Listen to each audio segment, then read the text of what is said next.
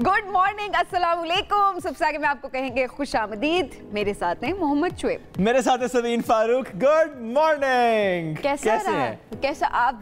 सब बिल्कुल ठीक हैं, सबको पता है, वो भी ठीक है, हम भी ठीक है। आप बताएं, आप कैसे? 1 महीने बाद आप तशरीफ लेके आए, कैसा लग रहा है आपको? 1 मिनट। 6 मई से लेके 24 मई तक। नाज़रीन आप बताएं, महीना होता है या कोई 3 हफ्ते बनते हैं? 6 तो नहीं ना, मतलब एज पर पॉलिसी पिछले 2 दिन जो सैटरडे संडे थे वो भी काउंट हुए छुट्टियों में। हुए कि नहीं हुए?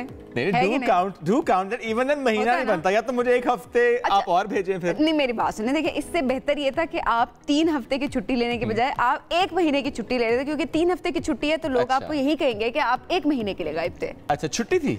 छुट्टी थी ना। अच्छा, यहाँ से तो छुट्टी थी ना। अब आपके मामलात आप जाने। और जो वहाँ से कोयटा से आपके साथ हमने सीरीज शेयर की, वो व्हाट वाज दैट? वो तो देखिए, आपका इस शो के साथ ऐसा कनेक्शन है ना कि आप you can't stay away. I missed my show honestly. तो इसी वजह से I missed my audience, I missed my team. हाँ ना, तो स्टूडियो की बात करें ना, स्टूडियो से छुट्टी थी। बहरहाल एनीवेज, अच्छा, लेकिन महीना नहीं था। टू बी वेरी ऑनेस्ट, बहुत मजे के सेगमेंट्स शुएब ने हमें वहाँ से दिखाए। क्या कालीनें थी, क्या कोयटा का टैलेंट था, बलूचिस्तान की सकाफत, वहाँ के लोग, हमने बड़ा एंजॉय किया हर सेगमेंट को यहाँ पे बैठ के। आई नो कि मुश्किल होता है किसी दूसरी जगह पे जाकर ढूंढना, उसके बाद उस पर, लेकिन इट वाज रियली गुड। मुझे एक्सप्लोर करके अच्छा लगा, मुझे वहाँ जाकर अच्छा लगा, मुझे लोगों से मिलकर अच्छा लगा, मुझे उस शहर को, उस इलाके को, उस सूबे को जानकर ज्यादा अच्छा लगा। क्योंकि सभी अक्सर ये होता है, किसी जगह से मुताल्लिक हमारा एक परसेप्शन होता है, लेकिन जब आप उस जगह पे जाते हैं तो फिर आप एक पर्सपेक्टिव लेकर आते हैं। और कैसे खवातीन के उस लिहाज से भी आपने ऐसी वो karate champion, I still remember, और बहुत सारे ऐसी साबरा गुल और ऐसे बहुत सारे लोगों से ज़ाहिर आपने मुलाकात जरूर करवाई। ऐसे में आदिल निजामी का भी बहुत शुक्रिया। आदिल का बहुत शुक्रिया। बिकॉज ऑफ हिम मेरी टीम ने मुझे कम तंग किया। सही बात है। और मैंने आदिल को कितना तंग किया वो हम आदिल से पूछेंगे। वो आदिल बताएंगे। इस खुशी में आदिल आज हमें लंच करा रहे हैं। अच्छा, कि मैं वापस आ गया। कंफर्म है, आदिल ने कहा जी आज हमें लंच कराएंगे, चूंकि मैं वापस आ गया हूँ। उन्होंने कहा मुझे यहाँ से अब रिलीज करो। हमें तो खाने से मतलब। चले आगे बढ़ते हैं। इससे पहले आगे जाए, सवाल से आगाज होता है हमारे शो का, आपको पता ही है। सवाल यह है कि व्हाट इज दिस?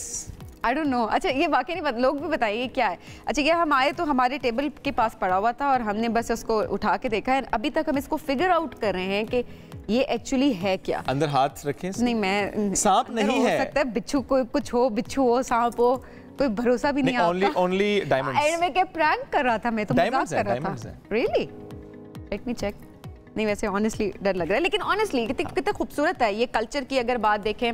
ये देखें कितने मजे का, ये देखें इसके ऊपर शीशे लगे हुए हैं और किस किस्म की एम्ब्रॉयडरी। लुक्स लाइक पश्तून सकाफत। एग्जैक्टली, पश्तून सकाफत जो है ये वो है बेसिकली। और बहुत खूबसूरत है, देखिए ना, ये हैंडमेड है, बहुत प्यारा है, डेकोरेशन के तौर पर है।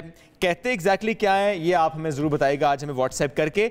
यही हमारा आज का सवाल था। ठीक हो गया? हमारे केपी के जितने जानने वाले लोग हैं, हम जरा हम पश्तो में भी जाते हैं और हम पश्तो वालों से भी पूछते हैं कि एक्चुअली ये क्या है, वो भी हमें थोड़ा बता सकेंगे। 1 मिनट, ना जाना। क्यों?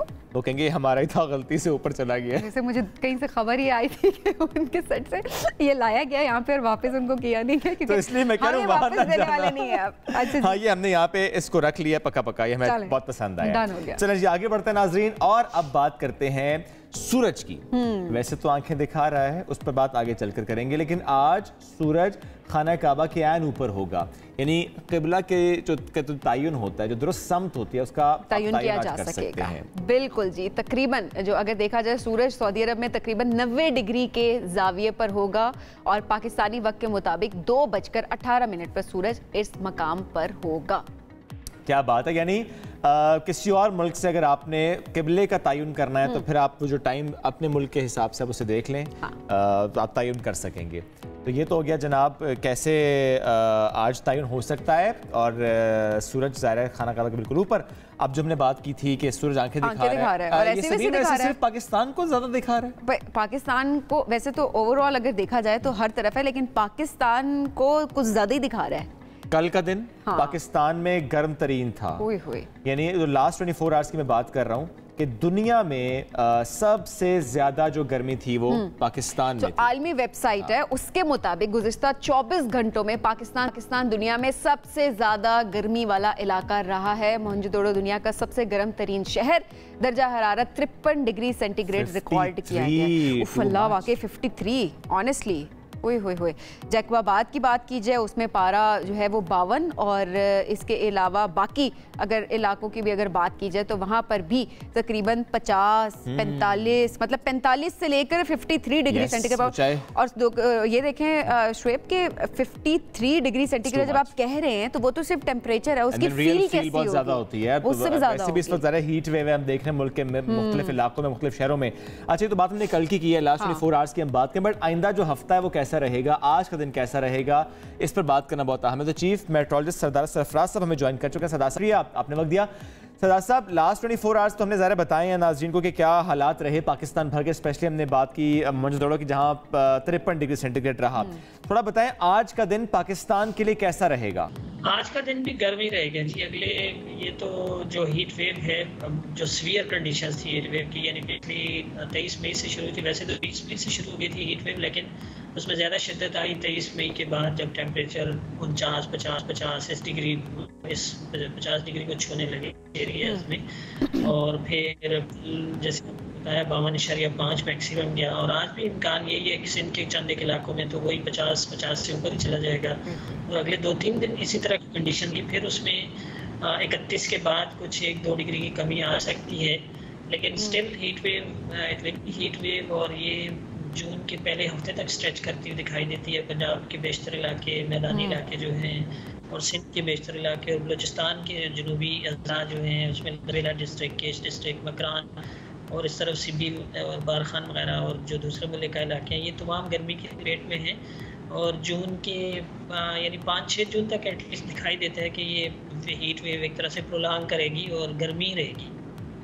अच्छा, तो वो जो कह रहे थे कि 22 से 27 तक का एक बता रहे थे कि ये जो स्पेल है इन दिनों में हीट वेव ज़्यादा होगी, तो अब 27 तक ज़्यादा गर्मी होगी या फिर वो सेम टेम्परेचर है जो कि 5 या 6 जून तक आप जो हीट वेव की बात कर रहे हैं वो सेम ही रहेगा, या 27 के बाद मतलब कल के बाद चीज़ें थोड़ी सी बेहतर होना शुरू हो जाएंगी? देखिए, वो पिन पॉइंट करना तो मुश्किल है, लेकिन मैं बता रहा हूँ ना, आज 27 है और यानी अगले 2-3 दिन तक ये इसी तरह का ट्रेंड रहता हुआ दिखाई दे रहा है। बालाई सिंध, वस्ती और बालाई सिंध में वही 48 से 50 की रेंज में टेम्परेचर 50 से ऊपर भी जा सकते हैं आज। और ऐसे में सरदार साहब बारिशों की कहीं पे पेशन गोई है?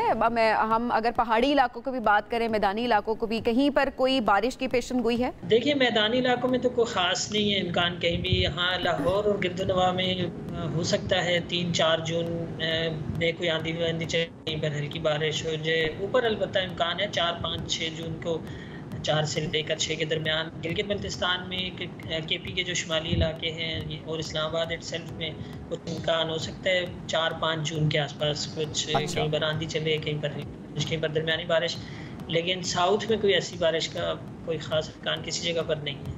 अच्छा सरदार साहब, पाकिस्तान में ही सबसे ज़्यादा गर्मी क्यों? देखिए, इस वक्त तो पाकिस्तान और बराबर में इंडिया में भी बहुत गर्मी पड़ रही है, उधर मिडल ईस्ट साइड पे भी काफ़ी पड़ रही है, खासकर ओमान साइड पे, ईरान पे भी। उसकी बुनियादी वजह या इमीडिएट वजह ये है कि अपर एटमॉस्फेयर में एक हाई प्रेशर बना हुआ है हमारे पूरे पाकिस्तान को और गिरदनवा को, यानी उस तरफ इंडिया को और उस तरफ यूएई वगैरह को, इन सभी एरियाज़ को एक तरह से उस हाई प्रेशर लपेट में लिया हुआ है। तो जब ये अपर एटमॉस्फेयर में हाई प्रेशर बनता है तो एयर सबसाइड होती है, कंप्रेस होती है, तो उसके नतीजे में ग्राउंड पे गर्मी पैदा होती है।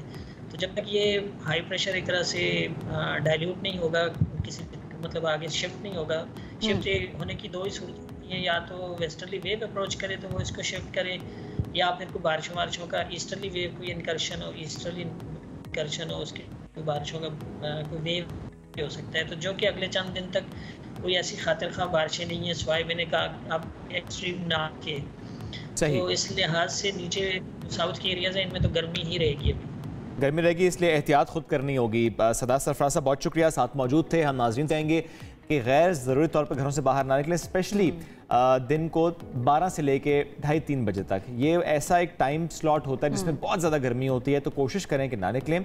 अगर निकलना बहुत अहम है, बहुत ज़रूरी है, नागुज़ीर है, तो या तो गर्मी से बचने के लिए वो जो टॉवल होता है उसे गीला करें, बैक साइड पर रखें गर्दन पे, या वो जो परना या रुमाल जो कहते हैं वाइट कलर का आता है, गीला करें, सर पे डालें, लपेट लें, ताकि वो जो गर्म हवा आ रही है वो डायरेक्टली आप तक ना लगे, वो जो सूरज की तपिश है वो डायरेक्टली आपको ना झुलसाए, बल्कि थोड़ा सा आप बेहतर उसमें एग्जैक्टली, लेकिन साथ साथ एहतियात भी करें, क्योंकि जाहिर है हम अपने मजदूरों की बात करें या ऑब्वियसली बहुत सारे लोग जिनका काम ही आउटडोर है और उनके पास ये मार्जिन नहीं है कि वो किसी जो है इन जगहों पे जा सकें कि मतलब इंडोर रहें किसी भी तरीके से, तो वो भी ख्याल करें। वो एक बार पसीना भी आया होता है जब शुएब, तब भी देखें एकदम से सर को गीला करना शुरू कर देते हैं लोग, और वो गर्म सरद होता है और ऑब्वियसली उससे भी बहुत सारे मसाइल हो रहे होते हैं। तो ज़रूर एहतियात करें, ठंडे मशरूबात का इस्तेमाल करें और अपना और अपने इर्द गिर्द लोगों का बहुत ज़्यादा हाइड्रेट योरसेल्फ, और हाँ अपने परिंदों का, जानवरों का भी ख्याल रखें, भी ख्याल करें। छत पे या किसी ऐसी जगह पर आप जरूर ऐसा कोई पानी का कटोरा सा रख दें ताकि वो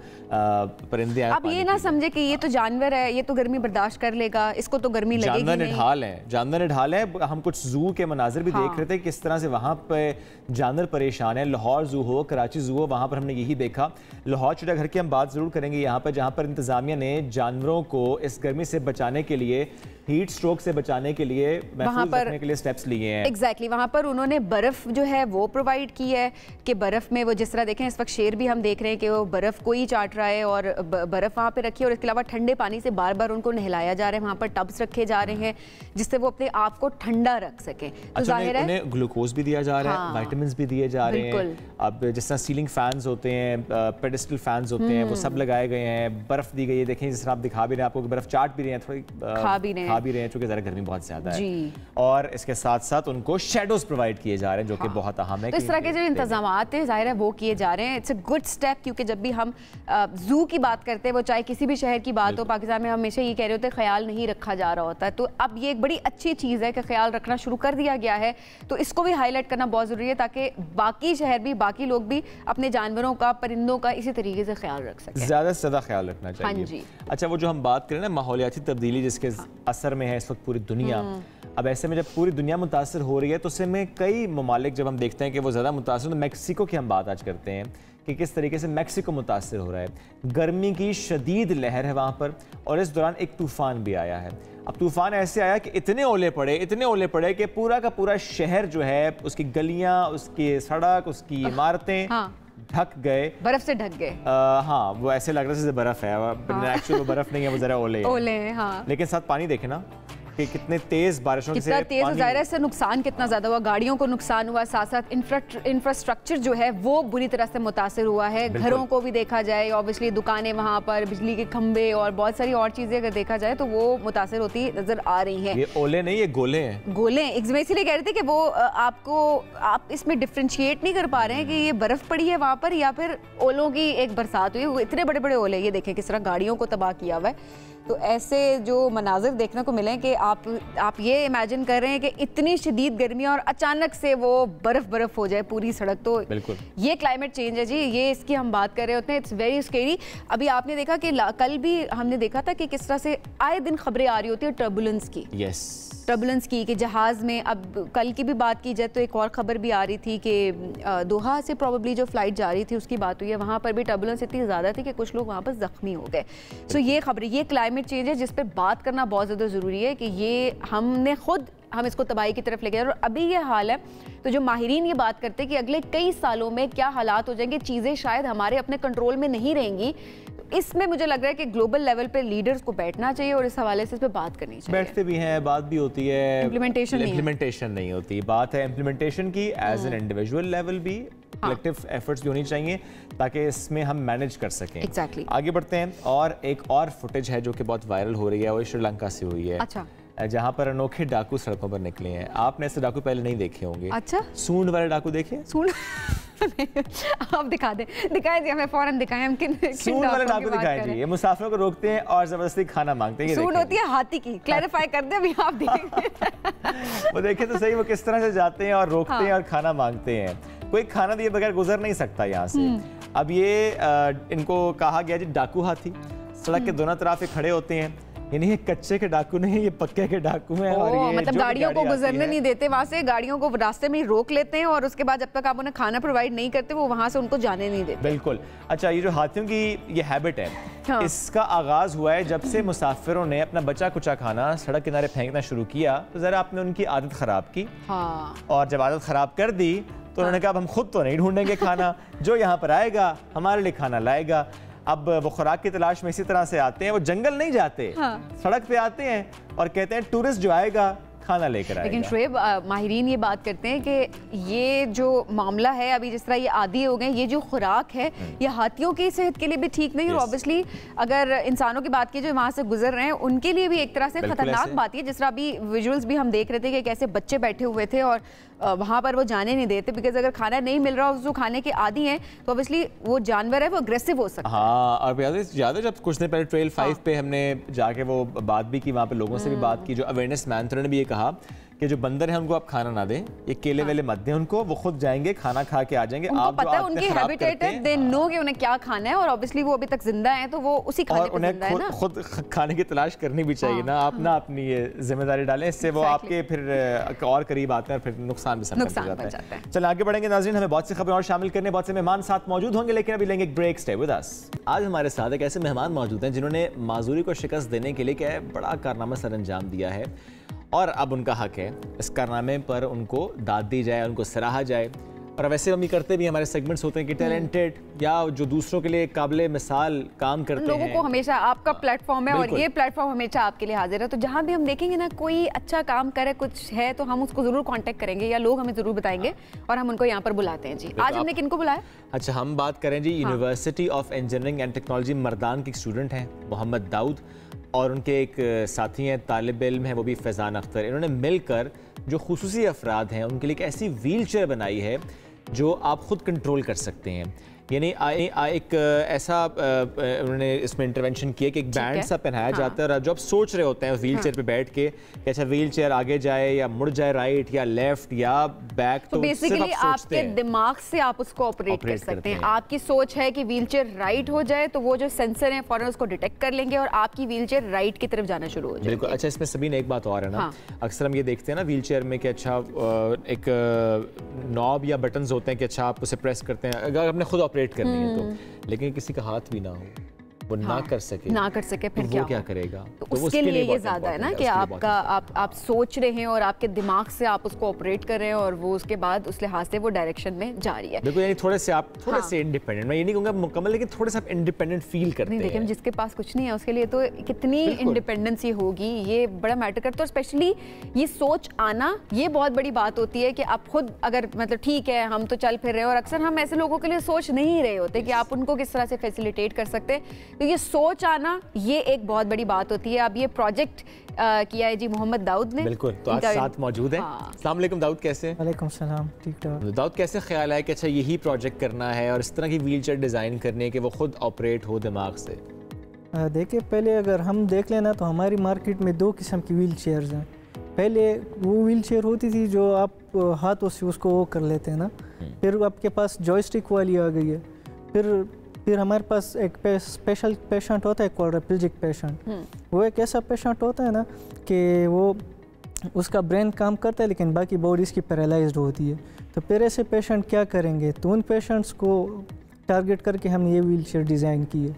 तो वर्ल्ड हेल्थ ऑर्गेनाइजेशन के मुताबिक पूरी वर्ल्ड में 10% लोगों को जो है ना वो हैंडीकैप है, और फिर पाकिस्तान में जो है तो तकरीबन 10% लोग पैरालाइज है। तो 10% लोग, उनको हमने टारगेट करके व्हील चेयर बनाई। अच्छा, ये जो आप स्टैट्स बता रहे हैं वो ये 10% का मतलब ये है कि बहुत बड़ी आबादी है ये? जी, और ये वो हैं जो कि बिल्कुल पैरालाइज हैं, हैंडीकैप्ड है, जो इसमें फुल पैरालाइज भी आते हैं, ये वो लोग हैं जो जिन्हें व्हील चेयर की जरूरत है। डिफरेंटली एबल्ड है किसी भी तरह से। 10% को व्हील चेयर की जरूरत है, लेकिन उसमें से कितने ऐसे हैं जिनको इस तरह की व्हील चेयर चाहिए होगी? उसकी स्टडी अभी तक जारी है, फुल वो नहीं हुआ जी। ठीक हो गया। अच्छा दाऊद, अब थोड़ा सा बताएगा, क्योंकि हमने जिक्र कर दिया कि वो एक बैंड होता है, उसके थ्रू कंट्रोल होता है, सब थोड़ा आप बताएं कि एक्चुअली ये ऑपरेट किस तरह से होती है? इसके ऑपरेशन के पीछे एक अल्लाह पाक का एक बड़ा निज़ाम है। अल्लाह ने हमारे जहन में 4 टाइप के सिग्नल्स डाले हुए हैं, अल्फ़ा, बीटा, गैमा और टेट्रा। जब हम सोचते हैं तो हमारी सोचने की सलाहियत जो होती है वो बीटा सिग्नल से होती है, और फिर जब हम रेस्ट हो जाते हैं, नहीं सोचते, तो फिर हमारी अल्फ़ा रेज एक्टिव हो जाती है। और ये बीटा सिग्नल्स जो है इन सब में से स्ट्रॉन्ग होती है, और इनकी फ्रीक्वेंसी 35 हर्ट्ज़ होती है। तो हमने इस बीटा सिग्नल्स को कैच किया हुआ है उनसे, उस इलेक्ट्रोड्स के ज़रिए। अच्छा, तो हम जो सोचते हैं, जिसकी सलाहियत होती है, वो हम बीटा सिग्नल से करते हैं। फिर जब अगर व्हील चेयर को रोकना हो तो फिर आप तो सोचना छोड़ देते हैं और आपकी अल्फ़ा सिग्नल्स एक्टिव हो जाती है। अच्छा, ये अब ज़रा हैं बहुत टेक्निकल टर्म्स, तो मैं इसको ज़रा आसान करके समझता भी हूँ और समझाने की कोशिश भी करता हूँ। क्या मैं इससे ये समझूँ कि वो ऐसा एक बैंड है जो कि आपकी रेस को डिटेक्ट भी कर रहा है, उसको रीड भी कर रहा है और फिर वो ट्रांसफॉर्म कर रहा है जो भी आपने इक्विपमेंट साथ यूज़ किया हुआ है। डज दैट मीन कि ये एक ऐसा स्टेप है कि आइंदा आने वाले वक्तों में शायद ऐसा होगा कि आपने एक बैंड लगाया, आप गाड़ी में बैठे और आप बस सोच रहे हैं गाड़ी स्ट्रेट जा रही है, राइट मुड़ रही है, लेफ्ट मुड़ रही है, अपने जगह पहुंच रही है? नहीं, ये व्हील चेयर तो फर्स्ट स्टेप है, हम इसको आगे एडवांस भी करेंगे पैरालाइज्ड लोगों के लिए। जैसे हमारी लाइट्स हो गई, हमारा एसी हो गया, फैन हो गया, फ्रिज हो गया, पानी हो गया। मेरा ख्याल है गाड़ी वाले मामले पे ना ही हो तो बेहतर है। जो हालात है हमारे रोड के, आपका दिल करे कि इस मतलब आप सब सोच रहे हैं कि इस बंदे को बस गाड़ी चढ़ा दो इसके ऊपर या इसकी गाड़ी को मार दो, तो ऑब्वियसली उस लिहाज से आपकी गाड़ी चलना शुरू हो जाएगी। अच्छा दाऊद, कितने वैसे बहुत इररिलेवेंट सी थी लेकिन चले। अच्छा, कितने टाइम में आपने इसको बनाया, कितने पैसे इसके ऊपर लगे, किस तरह से आपने इसकी फंडिंग को मैनेज किया? जी, पहले जो चीज़ भी बनती है उसके ऊपर आप रिसर्च करते हैं, तो हमारे रिसर्च पे ज़्यादा टाइम लगा। रिसर्च पे हमारा 1 साल लगा और फिर उसको रिसर्च कंप्लीट होने के बाद फिर हमने इसे 2 महीनों में बनाया और इसकी कॉस्ट हमें तकरीबन 2,50,000 की पड़ी है और ये एक्सपेंसिव है। ये एक्सपेंसिव इसलिए कि जो हेडसेट हमने मंगाया वो पाकिस्तान से नहीं है, वो हमने ताइवान से इंपोर्ट किया हुआ है, तो इसकी वजह से सिर्फ 1 लाख कॉस्ट उस हेडसेट की है। अच्छा जी, अगर ये इंडस्ट्रीज पाकिस्तान में होती तो इसकी प्राइस और भी कम हो जाती। अच्छा, तो जो हेडसेट है ये आपने मंगवा लिया वहाँ से, तो यानी उसके बाद उस पर कुछ और काम भी किया सेंसर का, या बस बनाया था ये? जी, ये सेंसर पहले गेमर्स के लिए बना है। अच्छा, ये सेंसर गेमर्स के लिए बना है, जो हम VR गेम्स देखते हैं, एडवांस टेक्नोलॉजी है तो उनके लिए बना है। और इसमें बहुत टाइप के सेंसर्स हैं और इस जो है ये EEG बेस्ड है ना, इलेक्ट्रोएन्सेफेलोग्राम, ठीक है। तो ये हमारे न्यूरो सिग्नल्स को सेंस करता है, राइट। तो हमने उसे कैच करने के लिए बस इसके साथ थोड़ा सा थोड़ी छेड़छाड़ की जी, और फिर मामला ठीक हो गया। जी। तो जब किसी ऐसे शख्स को आपने व्हीलचेयर अगर दी है चेक करने के लिए कि जो कंट्रोल करे, तो उसका फिर रिस्पॉन्स कैसा था? हमारे एक यूनिवर्सिटी के टीचर थे, उन्होंने अपने एक घर में एक पेशेंट से वो व्हीलचेयर ड्राइव की थी, तो उनका रिस्पॉन्स अच्छा था और रिस्पॉन्स हमें रिसीव भी हुआ। ओके, कोई ग्लिच आया?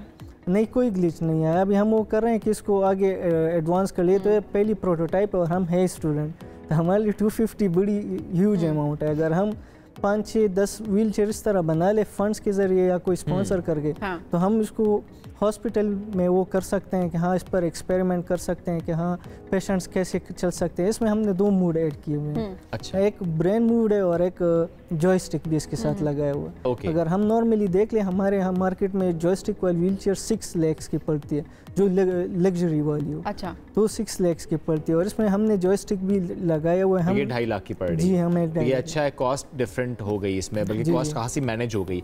अच्छा, अब ऐसे में आगे चलकर इसको आप कमर्शलाइजेशन की तरफ ले जाना चाहेंगे, या बस ये यूनिवर्सिटी का प्रोजेक्ट था, हो गया, किसी ने अगर फंडिंग कर दी ले गया तो ठीक है, वरना नहीं? नहीं, हम तो इसे आगे लेके जाएंगे। ये 2027 तक फुल कंप्लीट हो जाएगी। अभी क्या मतलब कंप्लीट नहीं है? नहीं, अभी भी कंप्लीट है, लेकिन ये जो है ना, अगर आप देख लें, हर किसी की सोचने की सलाहियत चेंज होती है। बच्चे की सोचने की सलाहियत चेंज होती है, जवान की चेंज होती है, ये पर्सन टू पर्सन आपको इसमें फिर ऐसी इंटरवेंशंस करनी पड़ेंगी जी सिस्टम में कि वो उसकी नीड के हिसाब से कैलकुलेट करे या उसको रीड करे और फिर वो तो 2027 तक जो है वो कंप्लीट हो, उसके बाद आपको ये है कि आप इसको मार्केट में लेकर जाएंगे।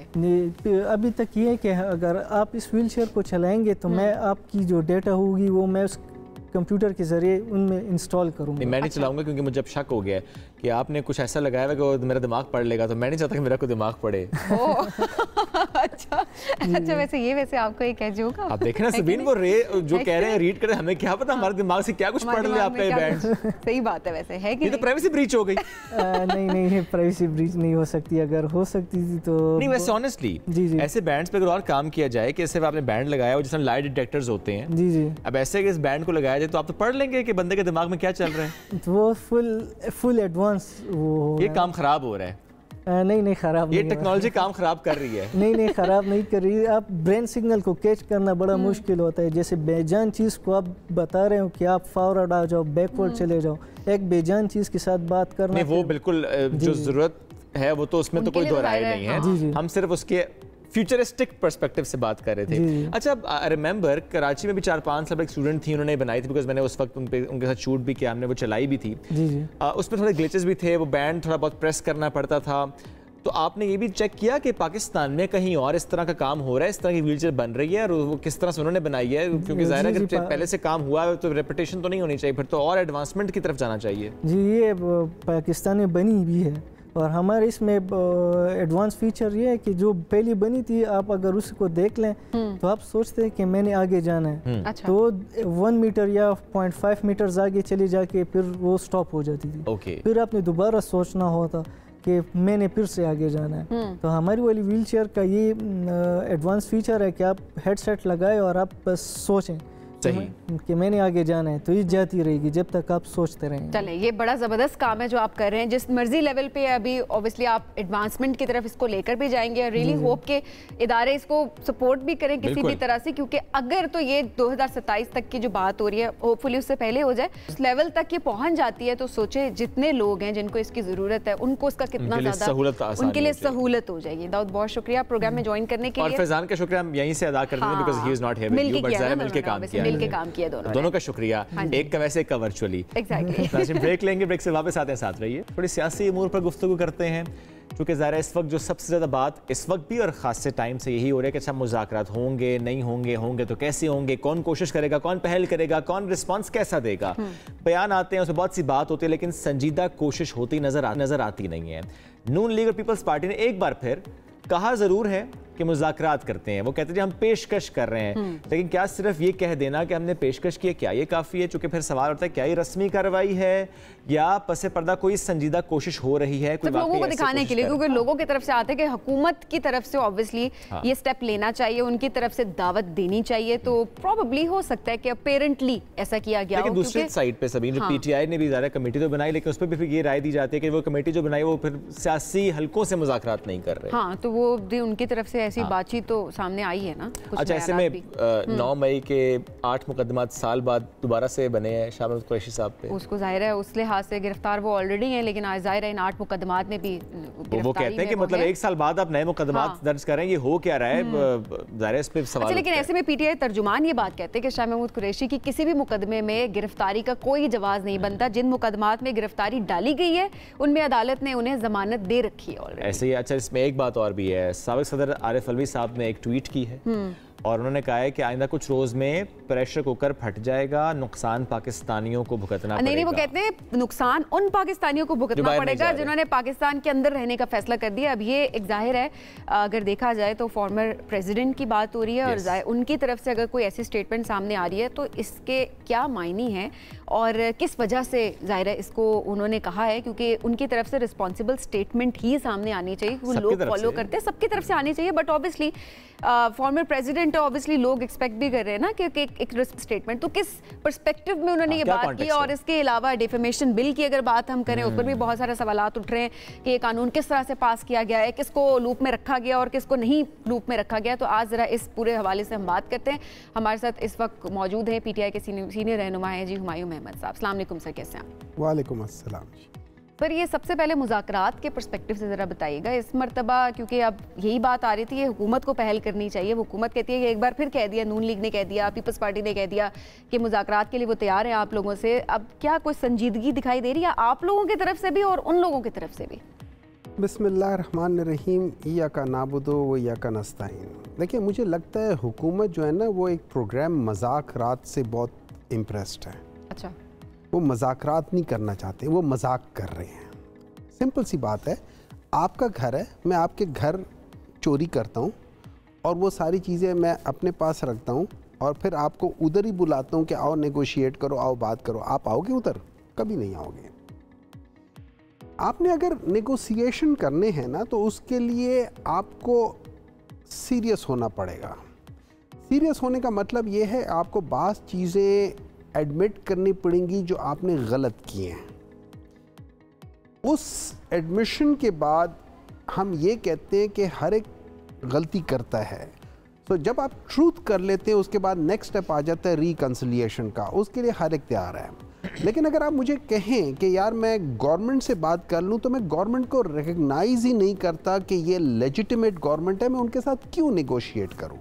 ठीक है, अब मैं आपको बता दें कि दुनिया में बहुत बड़े बड़े प्रॉब्लम्स का हल नेगोशिएशन में रहा है, लेकिन उसके पीछे एक ऑनेस्ट ब्रोकर जो कि ना आपसे झूठ बोले और ना मुझसे झूठ बोले, और वो दोनों की बात वो करके करे। जैसे मैं मिसाल देता हूँ, रिसेंटली तालिबान और अमेरिकन के दरमियान में एक मसला आ रहा था, उनको एक ऑनेस्ट ब्रोकर इमरान खान के शक्ल में मिला, उसने सारी चीज़ें करवा दी, मसले हल हो गए। फिर पाकिस्तान ने उनको एक ऑनरेबल ऑफ एग्जिट का भी मौका दिया, वरना तो मुश्किल हो गया था। तो ये सारी चीज़ें जब आप करते हैं तो आपके लिए ऑनेस्ट लोगों की ज़रूरत है। अनफॉर्चुनेटली गवर्नमेंट की तरफ ऑनेस्टी की बहुत ज़्यादा फुकदान है। अच्छा, बहुत ज़्यादा फुकदान है। यहाँ तक है कि अब आप देख लें, उनके जो बड़े बड़े लीडर हैं, इवन राना सनाउल्लाह टाइप, वो इस बात पे कहने पे मजबूर हो गए कि मुझे इमरान खान से कोई अभी वो जो दुश्मनी वाली बात नहीं है, जैसे मर्जी है, वो एक उसूल पे खड़ा हो गया और उस पे डट गया है। दूसरे लफ्जों में ये नहीं कह सकते थे कि मेरा लीडर जो था वो भाग गया था। अच्छा, ये तो मतलब उसका फ्लिप साइड, देखिए ना, flip side of the coin भी देखे ना, flip side of the coin है कि ये बंदा अपने मौकफ पे खड़ा है, मैं इसको अप्रिशिएट करता हूं। मैं उस शख्स को अप्रिशिएट नहीं करता जो भाग गया था। वो जाहिर वो ये बात भी करते हैं कि जो लोग पार्टी के साथ जो शख्स खड़ा हुआ है वो उसकी बड़ी इज्जत करते हैं दिल से, तो वो उनका एक स्टांस है। इमरान खान ने किस पार्टी के साथ, उसकी तो पार्टी है मियां नवाज शरीफ की पार्टी थी ना, वही भाग गए थे भी, जो कि जाहिर है आप लोगों की पार्टी में भी देखा जाए तो बहुत सारे लोग डटे रहे, बिल्कुल डटे रहे, चले गए, उन सबकी रिस्पेक्ट है, उन सबकी रिस्पेक्ट है, ऐसी तो कोई बात नहीं है। लेकिन प्रॉब्लम यह है कि सवाल उठता है कि हम लोगों ने ये जो सारी बातें हो रही हैं उसका, देखिए मैं और आप, हम वो लोग हैं जिन्होंने डिसाइड किया है कि हम इस मुल्क में रहेंगे। हर वो शख्स, चाहे वो लीडर हो, चाहे वो किसी भी उधर हो, अगर उसकी प्रॉपर्टी बाहर है तो इसका मतलब है उसने वो जो कुंडा है ना वो लटका के रखा हुआ है। वो दिल से पाकिस्तान के साथ, वो जो कहते हैं ना, ये the captain goes down with the ship, ये वो लोग हैं जिन्होंने पीछे एक पैराशूट लटकाया हुआ है कि किसी वक्त भी छलांग मार लो तो वो पैराशूट वो हो जाएगा। प्रॉब्लम ये है कि हम वो लोग हैं कि जो टाइटैनिक में जो अपर क्लास थी ना, उनको किश्तों में बिठाने वाले ही हम थे। अच्छा, हम लोग खुद डूब गए। हाँ। और उन्हीं लोगों को जिन्होंने पैसा चोरी किया था, इन्होंने सब किया था, उनको हम उस टाइटैनिक की जो किश्तियों में, हमारी गलती है, अवाम की गलती है। फिर गलती होती है तो लेकिन अवाम ने अपनी गलती दुरुस्त की। उन्होंने 8 फरवरी को निकल के उन लोगों को वोट दिया जिनका रहना सहना, खाना पीना, बछोड़ना, सारी जायदाद इस मुल्क में है। वो इस मुल्क से बाहर नहीं जा रहे। उन्होंने कहा है हम इधर के इधर ही रहेंगे, एज अपोज टू वो लोग कि जिनकी प्रॉपर्टीज हर लीक में बाहर निकल आती है। पनामा लीक हो, विकी लीक्स हो, पेंडोरा लीक्स हो, दुबई लीक्स हो, अभी तो बहुत सारी और लीकेजेस होंगी। अच्छा, मतलब अगर आप टेक्निकली मेडिकल टर्म में पूछें, दे आर टोटली इनकॉन्टिनेंट। हर थोड़ी देर बाद लीक हो जाते हैं, कभी उधर प्रॉपर्टी इनकी लीक हो जाती है, कभी उधर प्रॉपर्टी। इनसे सवाल पूछो, ये पैसा गया कैसे है, ये सवाल हर उस शख्स से वाकई होना चाहिए, इसमें कोई दो राय नहीं है, वो चाहे किसी भी पॉलिटिकल पार्टी से उसका ताल्लुक है। लेकिन मेरा क्वेश्चन इज कि जब मुज़ाकरात की बात हम कर रहे हैं, क्योंकि आपने खुद कहा कि वो पहले माने, आप यही कहते हैं कि पहले हुकूमत माने कि उन्होंने चोरी की है, ये एक बुनियादी शर्त है। मतलब अगर ये वो नहीं है तो वो अपनी गलती माने कि हम लोगों ने गलत किया, हम डिजर्व नहीं करते, हम डिजर्व नहीं करते, या वो ये कहते हैं कि जी हम ये जो जितना भी इलेक्टोरल प्रोसेस हुआ है इसके अंदर, चलो हमने नहीं किया लेकिन इसके अंदर फ्रॉड हुआ है। इसमें बड़ी आसानी है, आप सारे मिलकर बैठ जाएं, आप कहते हैं 2018 में हम चोर थे, वो कहते हैं कि 23 में हम चोर, 24 में हम चोर थे। हम आज भी कहते हैं कि 2018 के जिन हल्के में आप समझते हमने धांधली की वो खोल दे। अच्छा। और हम भी 2018 में ये जिन हलकों में हम समझते हैं हमारे साथ धांधली हुई है, हम वो भी खुलवाते हैं। आप उसमें निकाल के देखिए, अगर उसमें पीटीआई को सिंपल मेजॉरिटी ना मिली हो तो जो मर्जी मुझे कह दे। नहीं, मेरा सवाल ये है कि देखिए, आप कहते हैं कि हम ये चाहते हैं कि ऐसा हो, वो कहते हैं कि हम ये चाहते हैं ऐसा, बीच का रास्ता कैसे निकलेगा? देखिए, सिंपल सी बात ये है कि अगर आप लोगों ने रिट्रोस्पेक्टिवली जानना है तो फिर आप कहाँ जाके रुकोगे? मैं आपको देखिए सिंपल सी बात यह है, पाकिस्तान कब से नीचे जाना शुरू हुआ है? तो मैंने तो जब से होश संभाला यही सुना है। आपने होश कब संभाला? मेरा ख्याल है कोई उम्र ना होता है। ठीक है ना, 1995 में संभाल लिया। लेकिन आपने 95 में संभाला ना, मैं आपके होश संभालने से पहले के होश की बात कर रहा हूँ। ठीक है, आपके लिए प्री हिस्टोरिक हो। ठीक है, 1960s में Pakistan really was going up. ठीक है, फिर उसके बाद एक प्लेटो आया था, बात गलत डिसीजन हुए थे, जिसमें सबसे बड़ा जो गलत डिसीजन हुआ था वो हुआ था कि जब अपनी सारी इंडस्ट्री को आपने नेशनलाइज कर लिया। Bhutto, whoever was that, wrong decision, whether it was Bhutto or whether Bhutto did that thing on behalf of someone, I don't know. Okay. ठीक है, लेकिन that was the first wrong thing. उसके बाद दो पॉलिटिकल पार्टीज आई, अगर वो सही काम करते, ईमानदारी से इस मुल्क के लिए काम करते, तो पीटीआई का वजूद होना ही नहीं था। अच्छा, पीटीआई तो उनकी नलायकियों, बदमाशियों, चोरियों की वजह से जन्म लिए ना इसने। अच्छा, मैं आपको बात बताता हूँ, 1980s में और ये दो पॉलिटिकल पार्टीज थी, PIA was doing very well. PIA का सत्यानाश किसने मारा? ना आपने मारा ना मैंने मारा। स्टील मिल था, steel mill was doing very well, उसका सत्यानाश किसने मारा? सर हमें हिस्ट्री में रहना जरूर चाहिए। नहीं, आपको सीखना चाहिए। सीखना चाहिए। तो आप सीखे ना कि हिस्ट्री में किसने तबाहियां फेरी हैं। तो अभी वही दो जमातें आज भी तबाहियां फेरी है। क्यों? वही लीडरशिप आज है, वही स्कूल ऑफ थॉट आज प्रिवेल कर रहा है। You can not change your destiny if you don't change your school of thought. अभी आपको हल क्या दिखाई दे रहा है? अब जाहिर है आप ये कहें कि आप माने आपने चोरी की है, वो कह रहे हैं हमने नहीं की, तो ये तो फिर मुज़ाकरात ना करने वाली बात है ना। शराइत क्या आप लोगों की? 3 शराइत देखें, पाकिस्तान, हमारी शराइत सिंपल है। वो क्या है, मेरी सादगी देख मैं क्या चाहता हूं, मैं आइन की इंतहा चाहता हूं। अच्छा, मैं चाहता हूं कि जो आइन है ना, वो अगर आपको कहता है आपने उस सोफे में बैठना है, आपने उस सोफे पे बैठना है, आपने इस सोफे में आके नहीं बैठना। अगर वो आइन कहता है कि कोई भी असेंबली डिसॉल्व होती है 90 दिन के अंदर अंदर उसका इलेक्शन हो, तो फिर 90 दिन के अंदर अंदर इलेक्शंस हो। वो जो जस्टिस मुनीर का जो फॉर्मूला था, ठीक है, नजरिए ज़रूरत, वो नजरिए ज़रूरत को दफन करना होगा, उन चीज़ों को अनडू करना होगा। उसके बाद फिर आप आके आना शुरू कर दो। जब आपको आइन कहता है कि आप इन लोगों का ये नहीं कर सकते, वो नहीं कर सकते, तो आपको नहीं करना है। सादी सी बात है ना सर, मिल बैठे और ये बात कर लें, ये तय कर लें कि जो माजी गलतियां होंगी दोहराएगा कोई नहीं। ना आप, ना नून, ना पीपल्स पार्टी, कोई नहीं दोहराएगा, रास्ता कोई नहीं दिखाएगा। मुझे एक बात बताएं,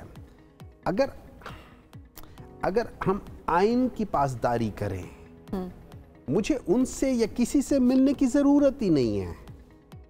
अगर मैं उनके साथ मिलूंगा तो हम मिल के मैं कहूंगा कि चलो यार, इस पिज्जा के पहले आप 2 हिस्से कर सकते थे, आप 3 हिस्से कर लो। ये तासुर क्यों है? ये हो रहा है भाई मेरे। मुज़ाकरात को डील क्यों समझा जाता है? क्योंकि ये डील करते रहे हैं। आप ना करें, हम नहीं कर रहे, तभी तो इनके देखें हम क्या बात करेंगे इनके साथ। मुझे मूव फॉरवर्ड की बात करेंगे। Move forward on what?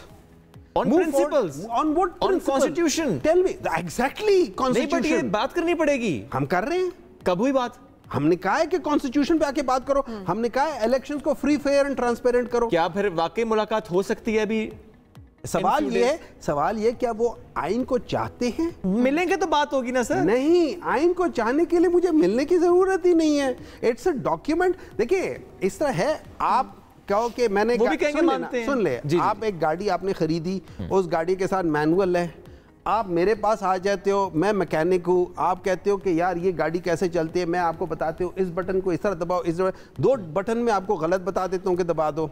अच्छा, लेकिन तो उसमें ये बात, भाई आपके पास मैनुअल पढ़ना, मैनुअल पढ़ लो। ठीक है, वो बात ठीक है, लेकिन ये एक चीज क्यों नजर आती है कि पीटीआई को लगता है कि उनके अलावा जितनी भी पॉलिटिकल पार्टीज हैं, कोई भी काम अगर कर रहा है वो गलत कर रहा है, पीटीआई सिर्फ वही ठीक है। ऐसा भी तो नहीं हो सकता कि सिर्फ एक ही जमात ठीक है और बाकी सारी जमातें गलत हैं। हमने ये कभी नहीं कहा कि पीटीआई वाहिद जमात है जो बिल्कुल सब कुछ ठीक कर रही है। हमने भी गलतियां की हैं, हम उन गलतियों को हमने एक्सेप्ट किया है। इमरान खान ने ओपनली कहा है कि ये मेरी गलती थी, ये मेरी गलती थी। ठीक हो गया, गलतियों को एक्सेप्ट किया है, आपने गलती एक्सेप्ट कर ली, that means you have got the will to change your course. ठीक है, ये हम बात, ठीक है, ये चीज है। लेकिन अगला बंदा जब गलती मान ही नहीं रहा, आप उनसे क्या एक्सपेक्ट करोगे? ये पॉइंट हम जरूर मैंने जो चोरी की वो चोरी ही नहीं है, अब आप कर लो जो करना है। ठीक है, हमारे साथ बहुत शुक्रिया। ये पॉइंट अहम है, ये हम जरूर पीपल्स पार्टी नून लीग से पूछेंगे। अगर खान साहब मान रहे हैं तो क्या आप भी अपनी गलतियां मान रहे हैं, दुरुस्त करना चाहते हैं या नहीं? ब्रेक लेंगे, वापस आएंगे, साथ रहिए। बहुत ही अहम सवाल जो कि मैं आपसे भी करना चाहती हूँ और जाहिर है आपसे भी करना चाहती हूँ, बच्चों के पैदाइश के बाद खवातीन नौकरी क्यों छोड़ देती हैं? क्या आपके माइंड में कौन से पॉइंट्स आते हैं कि हाँ ये वजह आपको लगती है? मतलब मुझे पर्सनली ये लगता है कि खवातीन को बाज़ों का ठीक है, फैमिली की तरफ से रेजिस्टेंस तो होती है कि ना जाएं या कुछ, लेकिन मुझे लगता है कि खुद भी सोसाइटी में बहुत सारी चीज़ें हमने नॉर्मलाइज कर दी हैं, तो खवातीन खुद एक गिल्ट में जाती हैं। शायद वो अच्छी माँ नहीं है, बच्चों को टाइम नहीं दे पाती हैं, और फिर जैसे बच्चों की तरबियत सिर्फ माँ का ही फ़र्ज़ है, और वो इस पर्सपेक्टिव में कि मैंने अपने बच्चों को कंप्लीट टाइम देना है, तो वो आहिस्ता आहिस्ता करके अपनी प्रोफेशनल लाइफ से हटती जाती है। अच्छा चलिए, वो सभी वो तो बात है ना बच्चों के बाद, इवन शादी के बाद समटाइम्स वो इन-लॉज का इशू होता है। हाँ। समटाइम्स इन-लॉज कहते कुछ नहीं है लेकिन सब कुछ कह देते हैं, सब कुछ कह देते हैं। खातून नहीं जाती जॉब पे। ये वो टॉर्चर होता है ना जो कि आप कर रहे होते हैं, मैनिपुलेशन बेसिकली, ये आप मैनिपुलेट कर रहे होते हैं। अच्छा, मैं इसको यूं कहूंगा सबीन कि उनको भी समझ नहीं आती वो क्या कर रहे हैं। ये भी एक पॉइंट है। कुछ लोग ऐसे होते हैं, मुझे लगता है समझ सब होती है। नहीं, कुछ लोग ऐसे होते हैं उनको नहीं समझ होती। हाँ। उनको ये इदराक ही नहीं है कि उस खातून का जॉब करना कितना अहम है। हाँ। उनके लिए, उस खातून के लिए, उस फैमिली के लिए आगे बढ़ने के उनको नहीं पता। अब पाकिस्तान के पर्सपेक्टिव से शुएब अगर बात की जाए, पाकिस्तान में सिर्फ तकरीबन 21% खवातीन हैं वो जॉब करती है, और उनमें से भी एक बड़ी तादाद बच्चों की पैदाइश के बाद नौकरी छोड़ देती हैं, जबकि कई खवातीन शादी और बच्चों की पैदाइश के बाद मुलाजमत छोड़ने के लिए जाहिर है उनको ये होता है कि हम मुलाजमत सिरे से वो शुरू ही नहीं करती कि भाई पढ़ लेना है, क्या फ़ायदा। ये वो वाली सोच है जो कि अभी तक हम ऐसे लगता है कि ज़माना में, नहीं कहना चाहती वो लफ्ज़, लेकिन वो एक ज़माना था जब ये चीज़ सोची जा रही होती थी कि बच्चियों को पढ़ा के हमने क्या करना है, इन्होंने तो घर बारी संभालना है। स्टिल बहुत सी जगहों पे, बहुत सारी जगहों पे अभी ये सोच, अगर आप बताते नहीं है कि हमारी ये सोच है, बट एक्चुअली आप उसको प्रैक्टिस कर रहे होते हैं। इसमें एक मसला और भी तो है ना सबीन, वो खवातीन जो फिर स्टेप ले लेती हैं कि नहीं, चाहे शादी है चाहे बच्चे की पैदाइश के बाद, नहीं मुझे रिज्यूम करनी है अपनी जॉब, उसके बाद जब ऑफिस ज्वाइन करती हैं तो फिर किस तरह का सामना उन्हें करना पड़ता है, वो अपने आप को थोड़ा पीछे महसूस करती हैं। ऐसे गिल्ट में डाला जाता है कि ओहो तुमने तो बच्चा पैदा कर लिया है, अब तो मतलब एक ये कि आप सपोर्टिव हो, आपको ये बताया जाता है कि ओहो आप तो ये एब्सेंट थी सारे ड्यूरेशन में, तो अब ऑब्वियसली आपको तो कुछ पता ही नहीं है, और बाकी के लोग जो है वो फिर डोमिनेंट होने की कोशिश कर रहे होते हैं।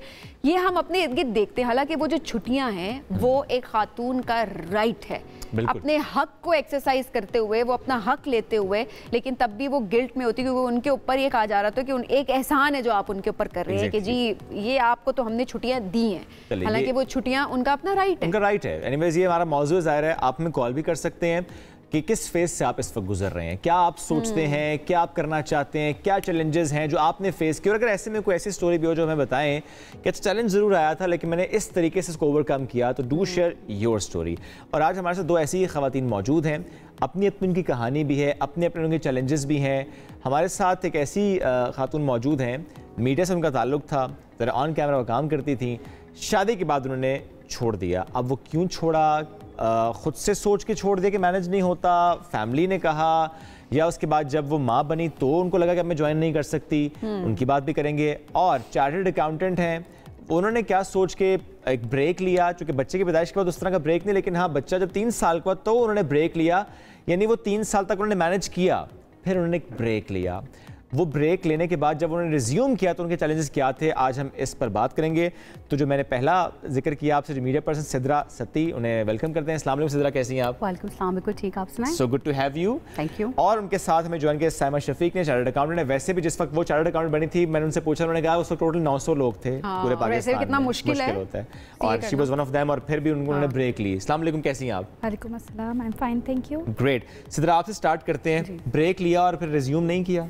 नहीं, रिज्यूम इसलिए नहीं किया क्योंकि बहुत ज़्यादा प्रेशर है कि बच्ची जो है वो उसको बड़ा करना है, उसकी तरबियत करनी है। अगर तुम बाहर नहीं, मेरे हस्बैंड बहुत सपोर्टिव है इस मामले में, वो खुद भी वर्क फ्रॉम होम करते हैं, मेरा साथ कोऑपरेट करते हैं, लेकिन मुझे बज़ाहिर ये लगता है कि वो अपने काम पे कंसंट्रेट नहीं कर पाते। एक ये भी प्रेशर है जिस वजह से मैं फील्ड पे जाना भी मुनासिब नहीं समझ रही। अच्छा, आपने ये डिसीजन खुद लिया? वो अपने काम में आपको लगता है कि कंसंट्रेट नहीं कर पा रहे होते? जी बिल्कुल, क्योंकि हम लोग के साथ ससुराल की इतनी सपोर्ट नहीं है ना, तो पीछे कोई बड़े होते हैं तो वो बच्चों को देख लेते हैं। जो कॉम्प्रोमाइज करने की बात आती है वो खातून के ऊपर ऑटोमेटिकली आ जाती है? ऑटोमेटिकली आ जाती है, क्योंकि मुझे बज़ाहिर गिल्ट फील हो रहा होता है कि मेरी बच्ची जो है वो नैनीज़ के ऊपर कैसे रहेगी।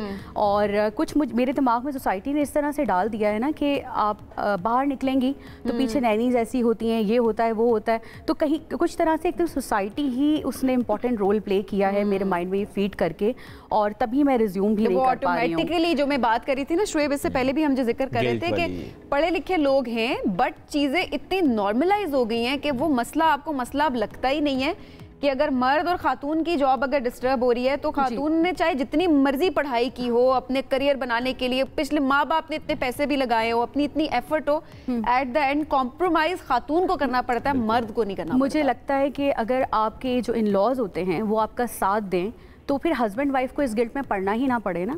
जब वो खुद आगे बढ़ के सपोर्ट करने के लिए आगे नहीं आएंगे, इन लॉज जब आगे नहीं आएंगे सपोर्ट करने के लिए, आपका बच्चा आप ऐसे तो कहीं किसी के पास नहीं छोड़ के जा सकते, राइट?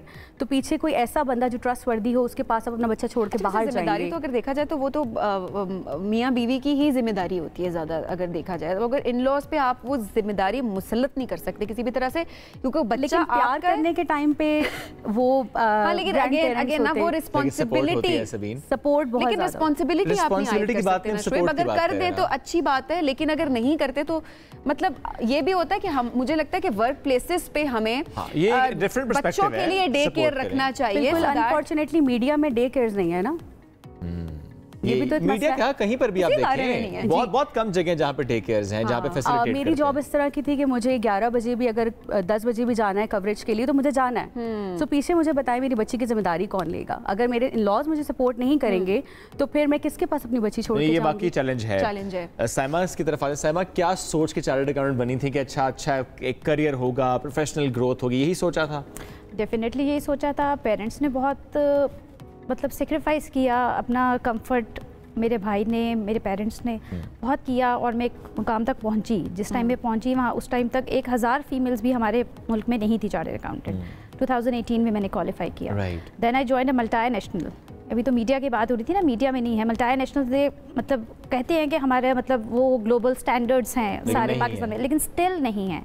जो हमारे यहाँ पे बैठे हुए हैं मेजर जो हमारे ओहदेदारान होते हैं वो मतलब आपको किसी ना किसी गिल्ड में डाल ही रखते हैं कि बीइंग अ फीमेल आपको प्रोग्रेशन स्लो कर देना, प्रमोशन के चांसेस आपके कि मतलब आप सीनियर पोस्ट पे नहीं बैठ सकती। ठीक है, being a qualified chartered accountant you deserve a CFO post, a senior manager finance, but still नहीं, आप लोग तो क्योंकि जो है ना शादी हो जाती है, बच्चे हो जाते हैं, यू हैव इंटरव्यूज में आप जॉब की बात करिए, जॉब लेने से पहले आप इंटरव्यू के लिए अगर जाते हैं तो अक्सर ये सवाल किया जाता है, क्योंकि मैं आप हम सब इस चीज़ से रिलेट कर सकते, कहीं ना कहीं हम भी काम कर चुके हैं और ऑब्वियसली उस पर्सपेक्टिव से तो ये सवाल आपसे जरूर किया जा रहा होता है, शादी तो नहीं हो जाएगी, शादी के बाद क्या तुम्हारा मियाँ तुम्हें काम करने देगा क्या, उसके बाद तुम कंटिन्यू करोगी? और फिर बच्चों की बात होगी, अच्छा बच्चों के बाद तो तुम जॉब नहीं छोड़ दोगी, तो कंपनी इन्वेस्ट नहीं कर रही होती है। मेजॉरिटी हम ये देख रहे होते हैं कि हम इस एम्प्लॉय पे इन्वेस्ट क्यों करें, क्योंकि लॉन्ग टर्म वो अपना फ्यूचर नहीं देख रहे। प्लान स्ट्रैटेजी अगर बनाई जाए, थोड़ी कॉन्क्रीट इसके ऊपर डिसीजंस लिए जाएं गवर्नमेंट लेवल के ऊपर भी, तो बहुत हद तक फीमेल्स काम कर सकते हैं। आपको पता है हमारी पॉपुलेशन मोर देन 50% फीमेल्स है, ठीक है, और अगर वो वर्क फोर्स में भी नहीं है, उसमें भी 20% 21% है और उसमें भी छोड़ के चली जाती हैं, तो कैसे पाकिस्तान की मतलब ग्रोथ और इस चीज़ों के ऊपर हम बात करते हैं। वुमेन एम्पावरमेंट की बात होती है, वुमेंस डे सेलिब्रेट होता है, मदर्स डे सेलिब्रेट हो रहा होता है कंपनीज़ में, ठीक है, लेकिन इस तरह की जब आप फैसिलिटी की बात करें, child care support, no we don't, child care allowance if you can give, तो आप अफोर्ड कर सकते हैं ना, आप डे केयर में चलें बच्चे को, नहीं आपके इन लॉज आपको सपोर्ट करते हैं, ठीक है, पेरेंट्स करते हैं, लेकिन वो किस हद तक करते हैं, किस हद तक करें। लाइक आपके पेरेंट्स हैं, मुझे भी बहुत, मैंने शादी के बाद 3 साल कंटिन्यू किया। I was about to ask कि आपने कैसे किया? हाँ, मैंने क्वालिफाइड थी, मैं एक अच्छी कंपनी मल्टी नेशनल में थी, बहुत अच्छे मेरे पर्क्स थे, मैं बहुत अच्छा स्मूथ अपना लेके चल रही थी कि नहीं मैं ग्रो करूँगी। मैनेजर फाइनेंशियल रिपोर्टिंग की पोस्ट पे मैंने जाके छोड़ा, 6 साल उस ऑर्गेनाइजेशन में काम किया, एक टाइम आ गया तक पहुंची। हाँ जी, मेरे फादर की डेथ हो गई, they can't give me the support due to corona, mother रहेगी मेरी, भाई रह गए, किस हद तक मुझे सपोर्ट करते, मेरी मदर बीमार हो गई, बेटे को मैंने जब स्कूल में एडमिशन कराया 3 साल की एज में, तो वो इरिटेट हो गया, वो टैंट्रम्स तो शो करने लगा, फिर भी मेरी करेज थी कि no, I have to pursue my career, I have talk to my senior management because they are multinationals. I think that they definitely have a support system for me. They should do something because I have worked there for 6 years. So I talked to them, but still child care wali facility, no, okay, give me some flexibility to work. Like may I come late? मतलब मैं अपने बच्चे को school drop कर दूं आराम से, वो खुशी खुशी जाए, then I come to the office, mother मेरी देख लेंगी। नो, वो भी नहीं हो सकता, 8 बजे आपको पहुंचना है। माँ बाप किस तरह अपनी बच्चियों को पढ़ाते हैं ताकि उनकी बच्चियां आगे चलकर फाइनेंशियली इंडिपेंडेंट हो, ये चीज़ कितनी इंपॉर्टेंट है। सिद्रा, ये चीज़ कितनी इंपॉर्टेंट है अभी के, क्योंकि लेट्स सपोज अगर देखा जाए तो खवातीन की फाइनेंशियल इंडिपेंडेंस पे इस तरह से बात नहीं की जा रही होती है। आज तक यही चीज़ है कि जी मर्द उनका कमा रहा है तो फिर आपको जॉब करने की क्या ज़रूरत है। बिल्कुल, ये एक बहुत ही ज़्यादा इंपॉर्टेंट टॉपिक है जिस पर हमें बात करनी चाहिए। कहा जाता है कि हर चीज़ मौजूद है और तुम्हें घर पे जब मिल रही है तो तुम्हें क्या ज़रूरत है बाहर जाने की। या इस तरह भी कहा जाता है कि थोड़ा सा बच्चा जब बड़ा हो जाएगा तो उसके साथ स्कूल में आप चले जाना और मतलब आप खुद उसके सर पे होगे तो आप उसको बेहतर लुक आफ्टर कर सकोगे। इस तरह से उसके माइंड को मोल्ड किया जाता है कि वही करे जो हम चाहते हैं। और आप फाइनेंशियली जब अपने मियाँ के ऊपर डिपेंडेंट होते हो तो खुदा ना करे वक्त एक सा नहीं होता। आपके पेरेंट्स चाहे जितने भी वेल्दी हों, लेकिन एक पॉइंट पे आके आप जिम्मेदारी जो है वो सिर्फ आपने अपने मियाँ की कहलाई जाते हो, राइट। अगर वो किसी वजह से नहीं कमा रहा या कुछ भी, तो आपके पास आप कहाँ स्टैंड करते हो।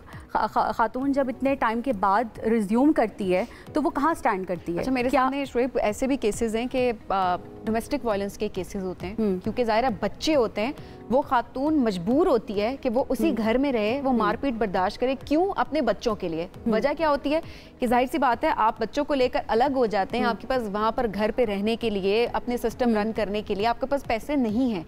तो जो खवातीन कहती है कि बच्चों के लिए हम ये मारपीट बर्दाश्त करें, तो वजह उसकी ये भी होती है कि आपने जैसे उस खातून की शादी होगी आपने उसको जॉब छुड़वा दिया है। बिल्कुल, वो फाइनेंशियली डिपेंडेंट है दूसरे के ऊपर, तो वो अपने आप को बचा भी नहीं पा रही है।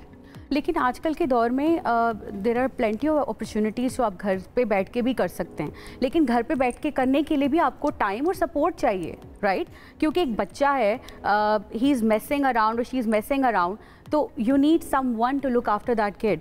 वर्क फ्रॉम होम वाले भी कहते हैं यू हैव, अब आप कैमरा ऑन करें, आप माइक ऑन करें, प्रॉपर मॉनिटरिंग होती है। सो आजकल के दौर में अपॉर्चुनिटीज़ हैं, लेकिन again family support is very important for a woman to work and pursue her career. अच्छा, ये दो बातें होंगी। एक, क्या सिर्फ फैमिली सपोर्ट, बल्कि मैं आपसे सामा पूछता हूँ कि आपका इस पर राय क्या है। सिर्फ फैमिली सपोर्ट हो तो मामला हल हो जाता है, या कि अगर ऑर्गेनाइजेशन लेवल पर सपोर्ट हो तो फिर फैमिली को मना लेना आसान होता है? नहीं, I think both should support, because women have a dual responsibility, house hold responsibilities plus जो आपका वर्किंग एनवायरनमेंट है जहाँ पे आप काम कर रहे हैं, उनकी भी जिम्मेदारी बनती है। लाइक आपने एक इकोनॉमी है, ग्रो कर रही है, उसमें आपका भी तो पार्ट है। मैंने चार्टर्ड अकाउंटेंसी की है, तो उसका फ़ायदा किसको है? इस मुल्क को ही होगा ना। तो अगर ये मुल्क, इसके अंदर जो ऑर्गेनाइजेशंस हैं जो मल्टी नेशनल हैं, अगर गवर्नमेंट एक ऑन बोर्ड करे सबको, पब्लिक में तो वो कर देती है। लाइक मैटरनिटी लीव्स बढ़ा दी 12 हफ्तों से 26 वीक्स तक। इंडिया के देखते देखते 2017 में उन्होंने अपने मैटरनिटी बेनिफिट्स जो एक्ट था उसको रिविजन किया पार्लियामेंट में, और उसको 12 से 26 वीक्स कर दी थी मैटरनिटी लीव्स। ठीक है, उनको देखते देखते इन्होंने भी कुछ कर लिया कि अब 3 महीने कर देते हैं।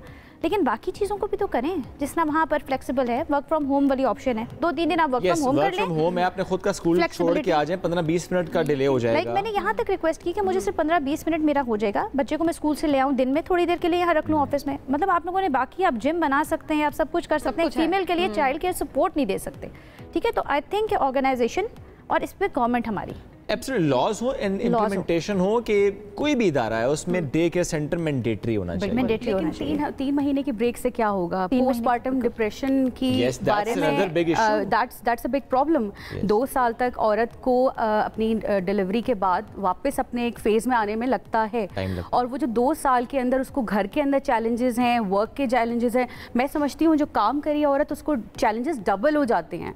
लेकिन पोस्टमार्टम डिप्रेशन से गुजरने के बाद एक बच्चे को बड़ा करने का स्टेज, मतलब कि कुछ भी गलत हो जाएगा, तुम नहीं थी, तुम्हारी नेग्लिजेंस की वजह से हुआ, तुम बाहर ऑफिस थी, तुम यहाँ चली गई, तुम वहाँ चली गई, बच्चे को चोट लग गई बिकॉज ऑफ यू, तुम यहाँ पे नहीं थी। कोई इस चीज़ में मर्द को क्यों नहीं इंक्लूड करता? बाहर के ममालिक में तो को पेरेंटिंग होती है, बट पाकिस्तान में वाई इट इज़ के women is responsible for everything. औरत बच्चे को पढ़ा रही है, बड़ा कर रही है, बिगड़ जाएगा तुम्हारी तरबियत थी, ठीक है, और समझ जाएगा ओहो ये तो मेरा बच्चा है ना। बिकॉज ऑफ दैट वो ट्रांजिशन एक्चुअली कि मतलब वुमेन जो है वो पब्लिक स्फीयर्स में आ रही हैं, काम कर रही हैं, लेकिन जो जेंडर रोल्स है ना वो वैसे नहीं चेंज हुए जैसे होने चाहिए थे। बहुत ज्यादा जरूरी है। जैसे ऐसे में दोनों काम ऐसे में बहुत सारी हमारी सेलिब्रिटीज भी मैं देख रही होती हूँ, आपके ऊपर भी रिस्पॉन्सिबिलिटी आयद होती है कि कल परसों में कुछ दिन पहले मैं एक क्लिप देख रही थी जहाँ पर जी एक सेलिब्रिटी आई हुई थी और वो ये बात करती हैं कि जी मैंने तो जब तक मेरी बच्चियां 8 साल की नहीं हुई मैंने नौकरी आगे नहीं की और मैंने जॉब कंटिन्यू क्योंकि मैंने अपनी बच्चियों को टाइम दिया। आपने दिया, यह आपकी चॉइस थी, आपके पास ऑप्शन होगा, आप इसको नॉर्मलाइज नहीं कर सकते कि जो आप भी करना चाहती थी लेकिन नहीं आप कर सकी, व्हाटसोएवर जो भी रीजन था, आपने अपनी चॉइस से भी अगर किया। वो खवातीन जो इस वक्त जॉब कर रही हैं, जो स्ट्रगल कर रही हैं, इस तरह की स्टेटमेंट्स जो हैं वो उनकी जिंदगियों पे, उनके जहनों पे, उनके बच्चों की तरबियत पे, उनके करियर, उनके प्रोफेशंस पे बहुत बुरी तरह से असरअंदाज होती है। तो अगर आपके पास कुछ अच्छा कहने को नहीं है तो बेहतर ये है कि आप खामोश रहें। बहुत शुक्रिया साइमा, बहुत शुक्रिया सिद्रा प्रोग्राम में हमें ज्वाइन करने के लिए। नाज़रीन हम बढ़ेंगे एक ब्रेक की जानिब, stay with us. T20 world cup 4 दिन बाकी हैं, लेकिन पाकिस्तानी टीम की कारकर्दगी की बात करें तो तसलसल नजर नहीं आता, बल्कि हर डोमेन में हमें फुकदान नजर आता है। क्रिकेट एक्सपर्ट्स मेगा इवेंट के लिए पाकिस्तान की तैयारी पर बहरहाल सवाल उठा रहे हैं, तशवीश का इजहार कर रहे हैं कि क्या बनेगा हमारी टीम का। अच्छा, जो हम मैच जिसका हवाला देना चाह रहे हैं, जिस पर आज में बात भी करने हैं, जो सैटरडे को था इंग्लैंड के खिलाफ दूसरा T20 मैच, चूंकि पहला ज़रा हुआ नहीं, बारिश की वजह से दूसरे मैच पाकिस्तान हार गया 23 रन से। वैसे में जो बाबर आजम है उन्होंने कहा जी बॉलर्स जो है ना वो ठीक थे, बैटर्स ने काम ठीक नहीं किया, इसलिए मामला हुआ ख़राब। अब जो क्रिकेट शायकीन है वो बहुत से प्लेयर्स पर सवाल भी उठाते हैं, वो शादाब पे भी सवाल उठाते हैं, वो कहते हैं अबरार क्यों नहीं था। तो ज़ाहिर है वो जिसको जो पसंद हो वो उसकी बात तो करता है, लेकिन जो अच्छा परफॉर्म ना करे उस पे ज़रा ब्लेम एग्जैक्टली। लेकिन ये देखा जाए कि वर्ल्ड कप, अगर T20 वर्ल्ड कप की बात की जाए, वर्ल्ड कप से कबल ये बहुत अहम सीरीज समझी जा रही थी और इसी पर्सपेक्टिव से कि क्या स्ट्रैटेजी होनी चाहिए, और ऑब्वियसली ये तैयारी है बेसिकली वर्ल्ड कप के लिए। लेकिन उसमें भी अगर देखा जाए तो परफॉर्मेंस इतनी अच्छी नहीं है, तो ज़ाहिर है लोग, पूरी कौम क्रिकेट से जितनी वाबस्ता है वो तशवीश का इजहार कर रहे हैं, जो है हमारे साथ मौजूद है सीनियर स्पोर्ट्स जर्नलिस्ट है माजिद भट्टी साहब। भट्टी साहब बहुत शुक्रिया प्रोग्राम में ज्वाइन करने के लिए। भट्टी साहब, अब जाहिर है आपका तो एक तरह से क्रिकेट के इंसाइक्लोपीडिया है आप भी। अब ये जो मैच की शिकस्त हुई है, दूसरा T20, पहला तो जाहिर हुआ ही नहीं था, दूसरा हुआ उसमें शिकस्त हो गई, क्या वजूहत आपको दिखती है? सबीन, सबसे पहले तो आप दोनों का बहुत बहुत शुक्रिया कि आपने मौका दिया, आपने इंसाइक्लोपीडिया कह दिया। अगर पाकिस्तान टीम वालों से पूछेंगे तो वो कहेंगे भाई इनको क्रिकेट का क्या पता, ये इन्होंने कभी क्रिकेट खेली है। मसला वही है कि हम लोग जो पिछले साल सितंबर अक्टूबर में जो बातें कर रहे थे, अब तकरीबन 9-10 महीने हो गए, पाकिस्तान टीम वहीं की वहीं खड़ी हुई है।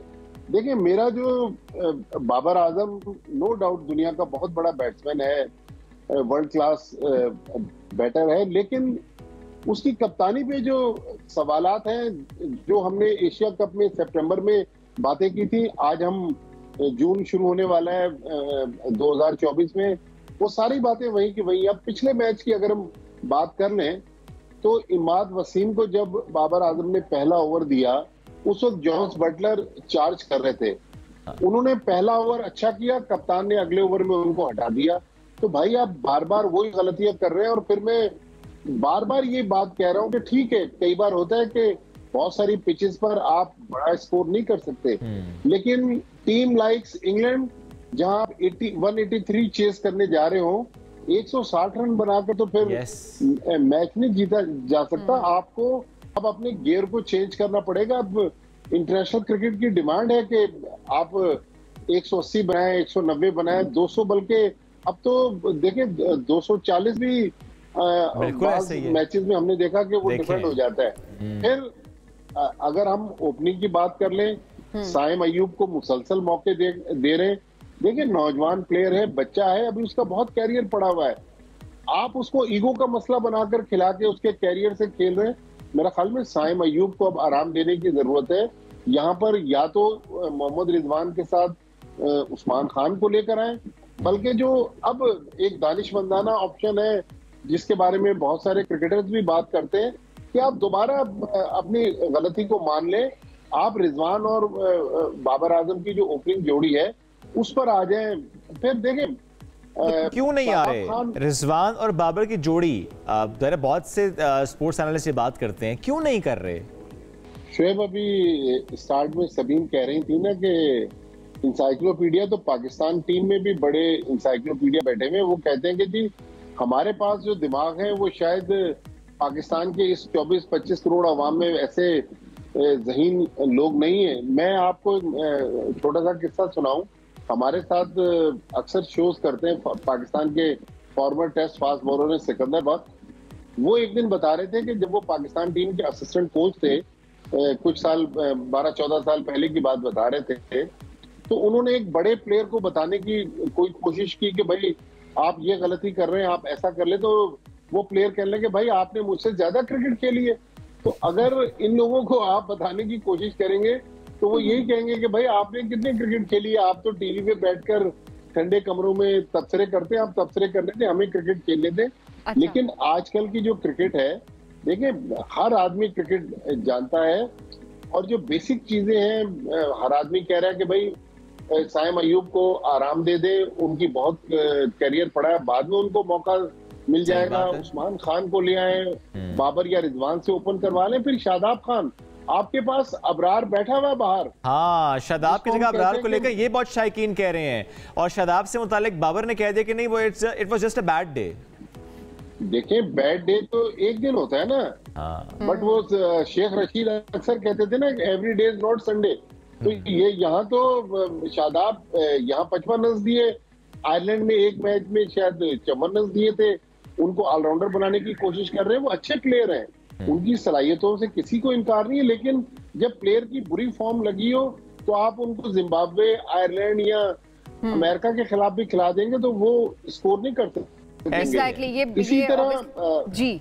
अच्छा भट्टी साहब, अब नायब कप्तान की भी बात हो रही थी और वो भी कहा जा रहा है कि शाहीन को, अब ये अनऑफिशियल चीजें, ज़ाहिर है ऑफिशियल स्टेटमेंट तो बाद में ये आई है कि नायब कप्तानी की ऑफर ज़ाहिर है किसी को नहीं की गई। यही खबरें सामने आ रही हैं कि ऑफर की गई है और उसके बाद शाहीन ने इनकार कर दिया है कि वो वाइस कैप्टन नहीं बनेंगे। इन खबरों में कितनी सदाकत है? ऑफिशियली नहीं आया बट ऑब्वियसली अनऑफिशियली ये चीजें सामने आ रही हैं। नहीं, ऑफिशियली तो पीसीबी कह रहा है कि जी किसी ने शायद बात की हो, लेकिन गोल बात कर रहा है। लेकिन बिल्कुल शाहीन शाह अफरीदी को ऑफर हुई थी और अभी जो आपने शाहीन शाह अफरीदी के साथ ट्रीटमेंट किया है कि 5 मैचेस की परफॉर्मेंस पर उसको कप्तानी से हटा दिया। मैं आपको इनसाइड स्टोरी बता दूं कि शाहिद खान अफरीदी जो शाहीन के सुसर हैं और रियाज अफरीदी जो शाहीन के बड़े भाई हैं, रियाज अफरीदी खुद टेस्ट क्रिकेटर हैं। उन्होंने अब शाहीन को यही मशवरा दिया कि भाई आप अपनी क्रिकेट पे फोकस करें, जब आप परफॉर्मेंस देंगे तो कप्तानी आपके पीछे भागेगी, फिर आपको कप्तानी के पीछे भागना नहीं पड़ेगा। मेरा तो पीसीबी के अब पाकिस्तान टीम के बाद पीसीबी में जो बड़े दिमाग बैठे हुए उनसे सवाल है कि अगर आपको वाइस कप्तान का कुछ फैसला करना ही था तो जब टीम पाकिस्तान से रवाना होने वाली थी तब बैठकर बात करनी चाहिए थी ना। टीम आधे रास्ते पहुंची हुई है, 7 समुंदर पार करने से पहले। अब टीम जब इंग्लैंड पहुंची है वहां आपने नायब कप्तानी का मुद्दा उठाकर अननेसेसरी कंट्रोवर्सी क्रिएट कर दी ना। या तो जब आपने 15 प्लेयर अनाउंस किए उसी दिन अनाउंस करने थे, बल्कि जब टीम आयरलैंड, तो ये गलतियां बिल्कुल हुई हैं। वो अलग बात है कि इन गलतियों को ना सुधारा जा रहा है और ना इन गलतियों से सीखा जा रहा है। लेकिन अगर बात करें हम या आप, तो आपकी बात दुरुस्त है, कहा ही जाता है कि आपको क्या पता है। भट्टी साहब बहुत शुक्रिया, साथ मौजूद थे, गुफ्तगू कर रहे थे। प्रोग्राम का वक्त खत्म, दोबारा मुलाकात कल करेंगे। अल्लाह हाफ़िज़।